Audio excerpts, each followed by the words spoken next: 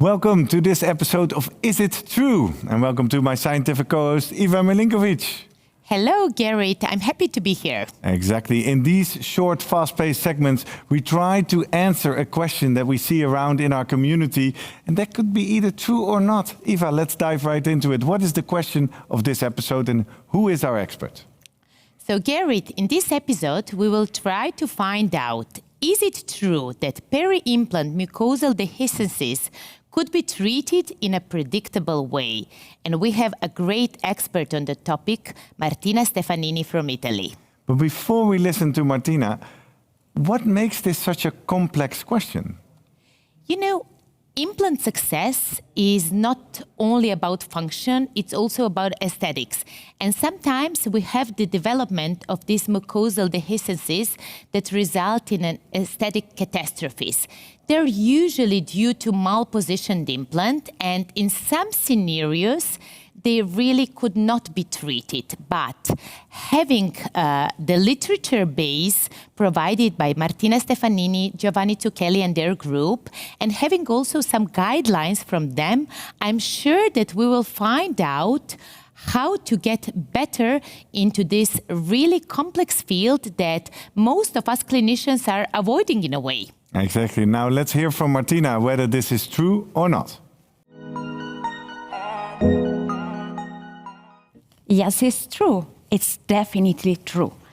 Let me show you how.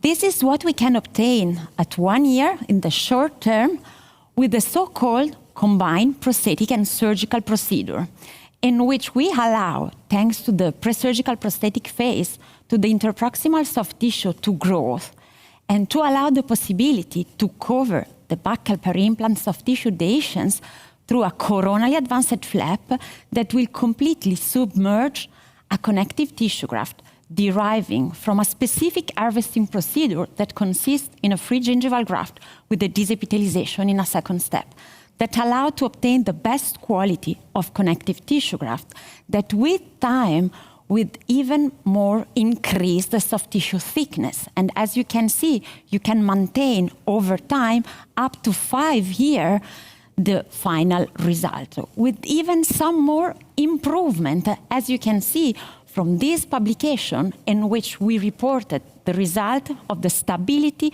of the combined prosthetic and surgical procedure after 5 years, in which, as you can see from data, at 5 years, we don't have only the stability of the coverage, but we have also an improvement. And I have also the chance to lead a systematic review during this Congress in which we wanted to evaluate in a systematical way if it was possible to maintain this result after the soft tissue coverage in the medium and long term.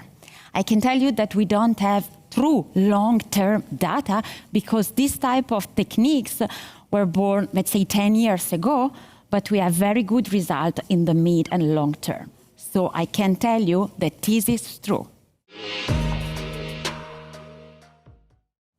Thank you, Martina Stefanini, for telling us this is in fact true. Iva, what does this mean for the next time our colleagues walk into the practice and come across such a dehiscence? Wow, amazing short overview.